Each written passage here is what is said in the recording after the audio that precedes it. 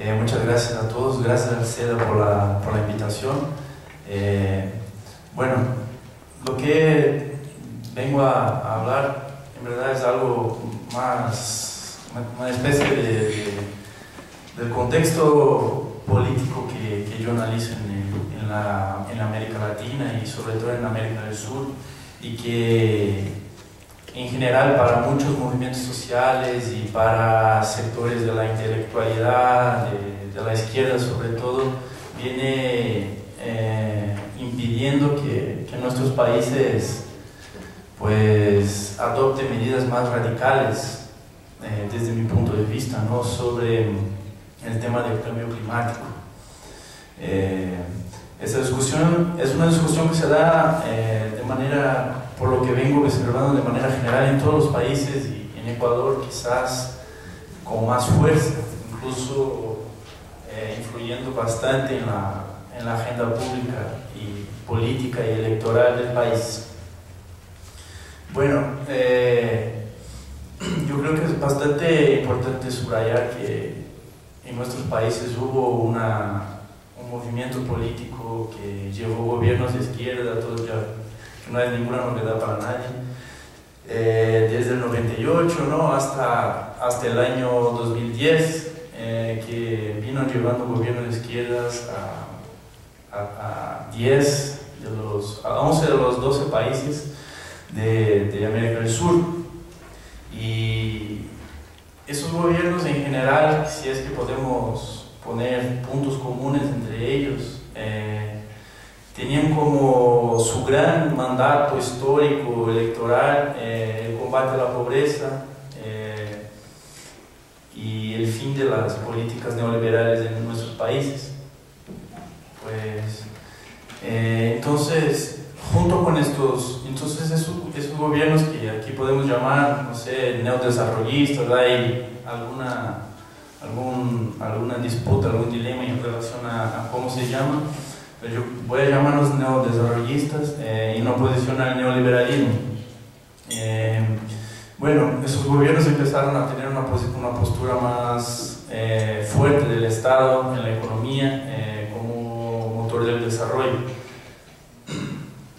Pues, pero paralelamente a este fenómeno electoral sudamericano, tuvimos el IPCC, ¿no?, el cuarto informe de evaluación del IPCC del 2007, que es bastante criticado por sectores ambientalistas como un informe muy blando,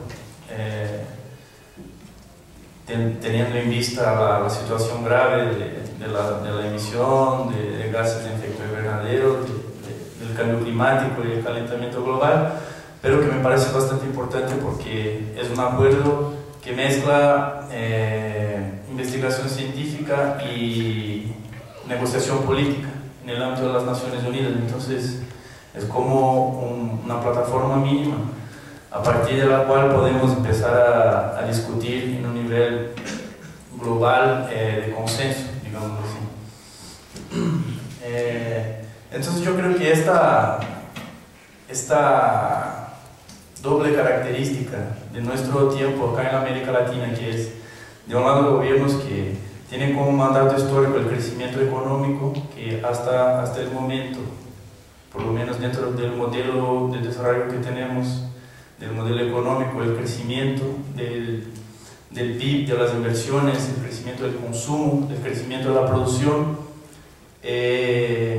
ha sido hasta ahora la única manera de hacer con que crezca la economía, de que se genere más empleos, de que, en fin, la gente pueda acceder a más bienes de consumo y pueda enriquecer y desarrollarse, ¿no? Esto de un lado. Y de otro lado vino el IPCC con este consenso de que eso quizás ya no sea más tan posible sin que dañemos de manera bastante fuerte y quizás irreversible los ecosistemas naturales y pongamos en riesgo quizás la vida en la Tierra. Pues bueno, aquí en Ecuador, este tema, bueno, en Brasil también, creo que en todos los países se discute bastante, pero en Ecuador yo siento que hay una polarización política bastante fuerte respecto al desarrollo. O sea, a diferencia de Brasil, por ejemplo, el modelo de desarrollo es un tema que está en la agenda, de las primeras prioridades de la agenda pública, política y electoral del país. Bueno, hubo un reporte del grupo de expertos el grupo de alto nivel del secretario general de las Naciones Unidas, que propone algunos temas que me parecen interesantes para la discusión que quiero proponer acá. Bueno, primero dice que el 2040 tendremos alrededor de 9.000 millones de seres humanos en la Tierra, ¿no? Hoy tenemos alrededor de 7.000 millones. Entonces, en 30 años, un crecimiento bastante grande. El 2030, el mismo grupo del secretario general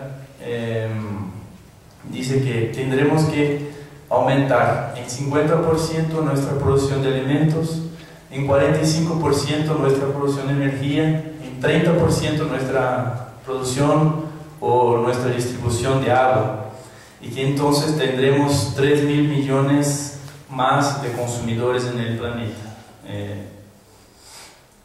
A la vez, el grupo considera que el modelo en que nos encontramos, el modelo económico de desarrollo, es un modelo insostenible, pero que el hecho de que sea insostenible no puede servir de excusa para que nuestros países emergentes o aquí de Sudamérica no puedan desarrollarse, ¿no? Que es una discusión que se da bastante en estos foros internacionales también. Bueno,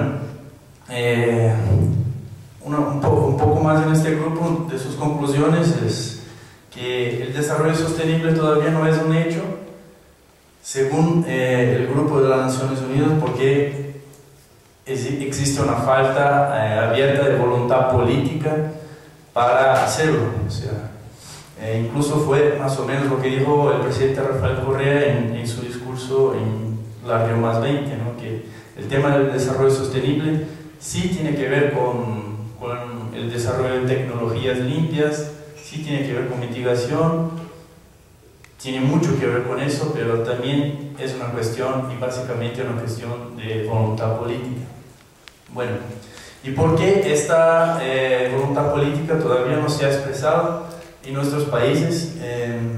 Yo creo que la motivación son las reglas del juego, ¿no? O sea, son gobiernos que están metidos hasta el hueso en un sistema electoral, en un sistema político, en un sistema económico,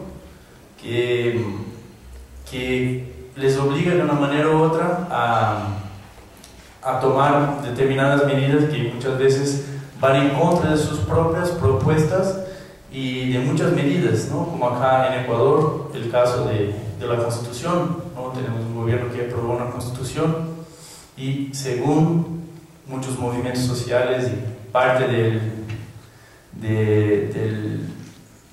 los partidos políticos, pues le denuncia constantemente de traicionar los propios principios que ha aprobado la Constitución. Bueno, el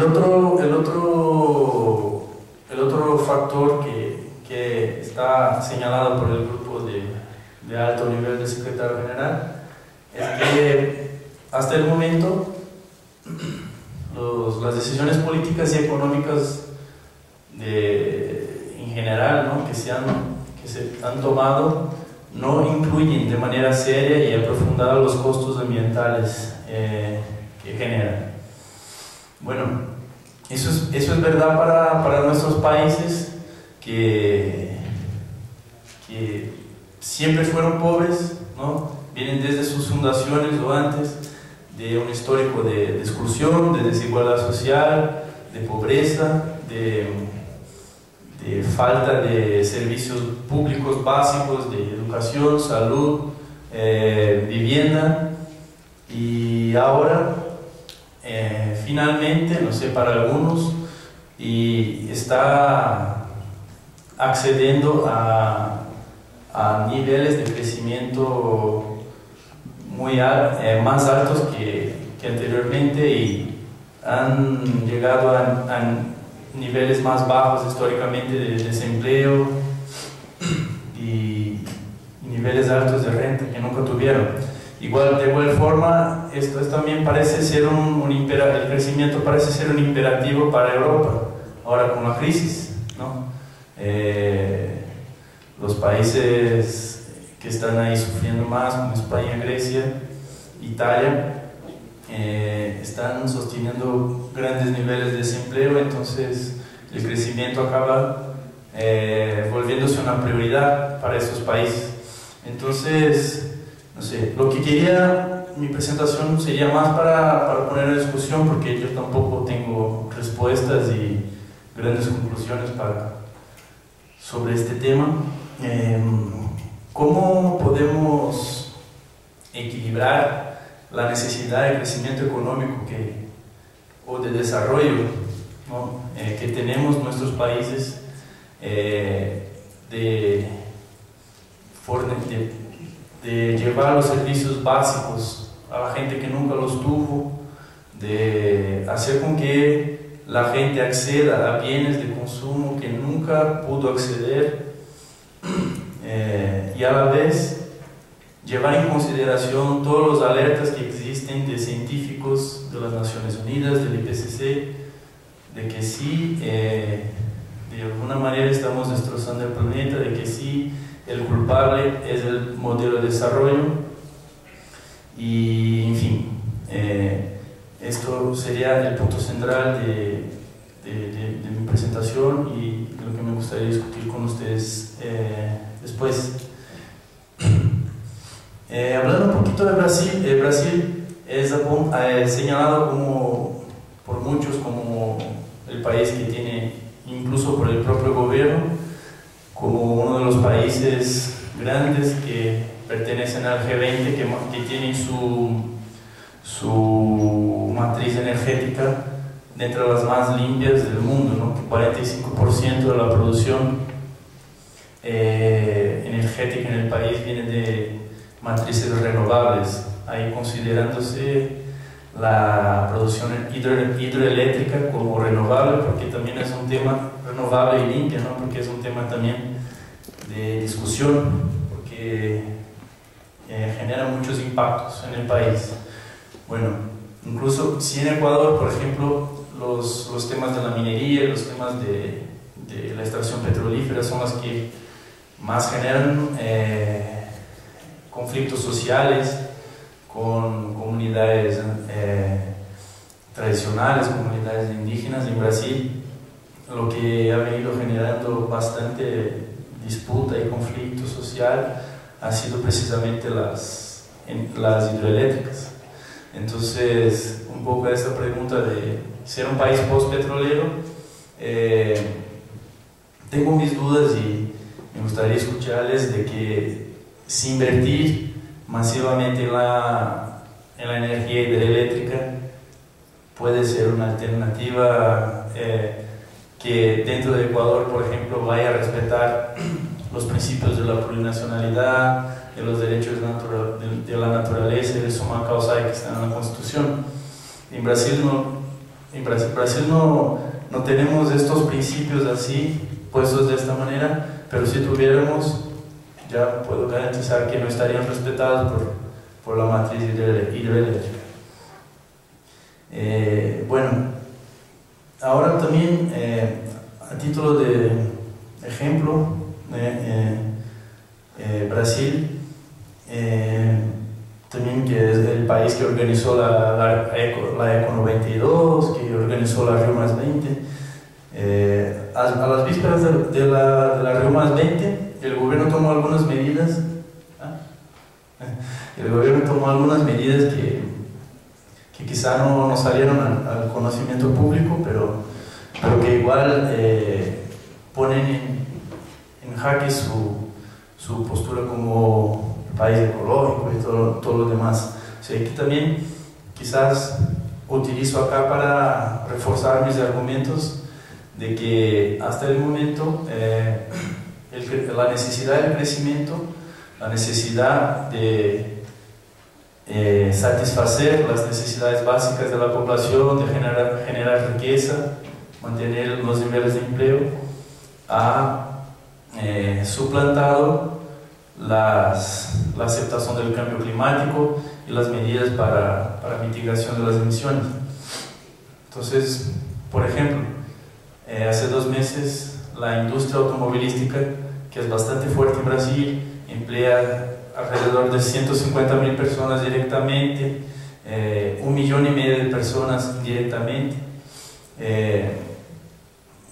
Se acercó el gobierno y dijo: mira, nuestros almacenes están llenos, tenemos 36 días de venta de coches de carros que están ahí, y pues tenemos que vender eso o vamos a empezar a dimitir a la gente, y eso seguramente va a impactar la economía. El gobierno entonces bajó los impuestos a la venta de vehículos, o sea, y eso, desconsiderando todos los problemas que causan con las emisiones, todos los problemas que causan en el tráfico de las ciudades, que São Paulo es una ciudad bastante caótica, como Río, como Belo Horizonte y todas las grandes ciudades del país.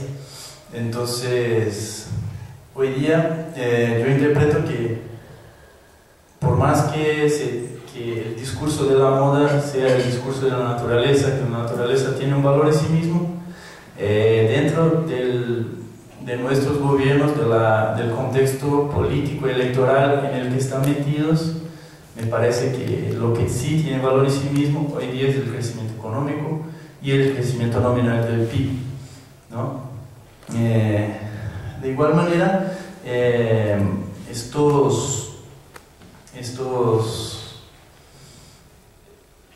esta necesidad de crecimiento y esta apuesta por el crecimiento ha provocado quizás un cambio en el contexto, la correlación de fuerzas políticas, ¿no? en nuestros países.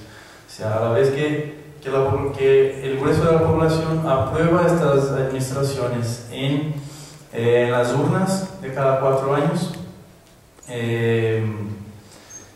los movimientos sociales están cada vez más oponiéndose a ellos.